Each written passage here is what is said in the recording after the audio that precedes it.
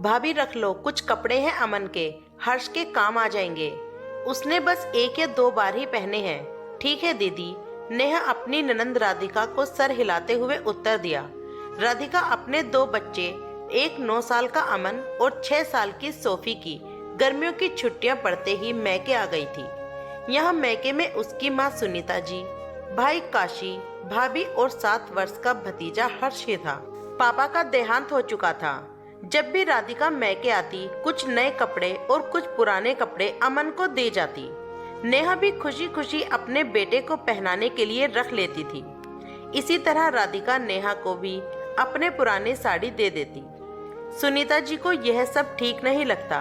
वह साफ साफ मना तो नहीं करती ताकि उसकी बेटी को बुरा न लग जाए, लेकिन थोड़ी हिचकिचाते हुए बोलती, राधिका क्या जरूरत है यह सब देने की, रहने दिया कर, अच्छा नहीं लगता।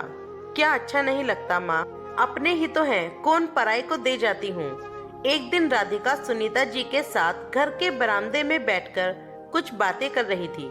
तभी हर्ष को आता हुआ देखते ही बोलती है, अरे हर्ष, अपनी माँ से बोल कि गर्मा गर्म पूरी तले और आलू की सूखी सब्जी भी बना ले और साथ में आम का खट्टा मीठा अचार दे।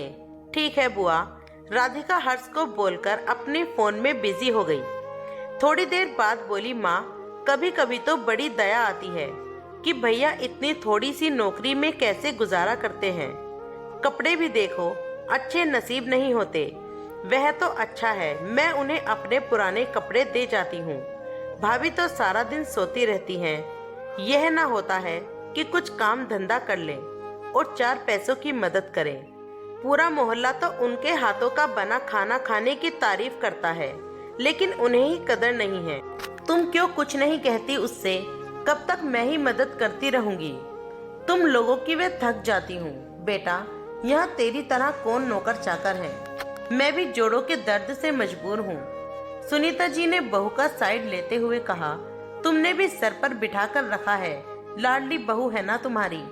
राधिका ने मुंह बनाते हुए बोली और बच्चों की स्कूल की छुट्टी खत्म होते ही राधिका अपने ससुराल चली गई।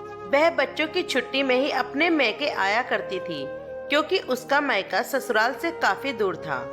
लेकिन फोन पर सभी से बातें हो जाया करती थी। आज फिर साल भर बाद राधिका अपने मैके आई है। जैसे ही उसने घर के अंदर कदम रखा, घर का बदला हुआ रूप देखकर वह चौंक गई।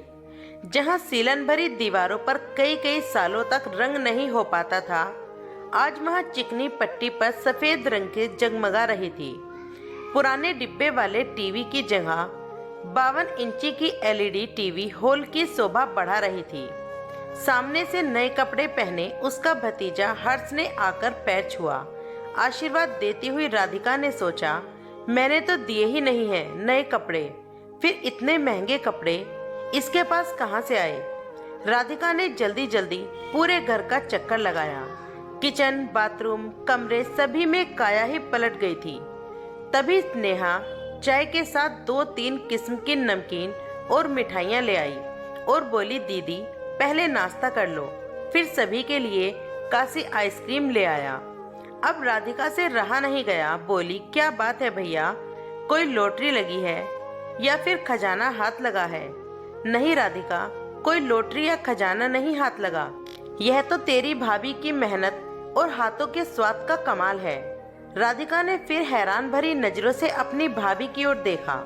तेरी भाभी तेरे जाने के बाद उसने खाना बनाना सीखने की क्लास, वह क्या कहते हैं ना, कुकिंग क्लास, वह शुरू की है। यहाँ सभी जानते थे कि नेहा खाना बनाने में एक्सपर्ट है। आज सभी लोग उसे खाना सीखने आते हैं। और हाँ, जन्मदिन की पार्टी, शादी की पार्टी, विदाई की पार्टी, इसी तरह के छोटे छोटे पार्टियों का ऑर्डर भी मिल जाया करता है। राधिका, भाभी तुम यह सब कहाँ सिखाती हो, बनाती हो?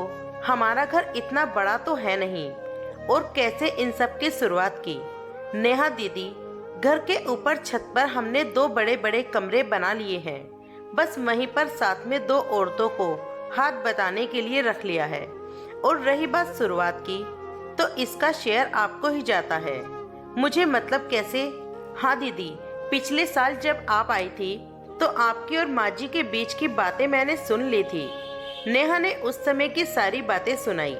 बस मुझे अपने हुनर की पहचान आप ही ने कराई है, मगर उस समय मेरे आत्मविश्वास को आपके शब्दों से चोट ना पहुंची होती तो आज मैं सिर्फ घर के कामों में ही उलझी होती। मुझे इस बारे में कोई कुछ बताया क्यों नहीं, नजरें चुराते हुए बोली वह भाभी से। अब उसके बह चले आंसुओं और उसकी शर्मिंदगी भी बयां कर रही थी।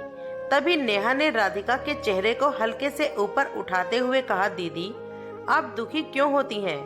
आपकी वजह से तो हमारे हालात सुधरे हैं। मैंने ही मना किया था आपको कुछ बताने को। मायके की तरक्की आप अपनी आंखों से देखें, मैं जानती हूँ आप दिल की साफ हैं। अच्छा लाइए मेरे हर्ष के कपड़े।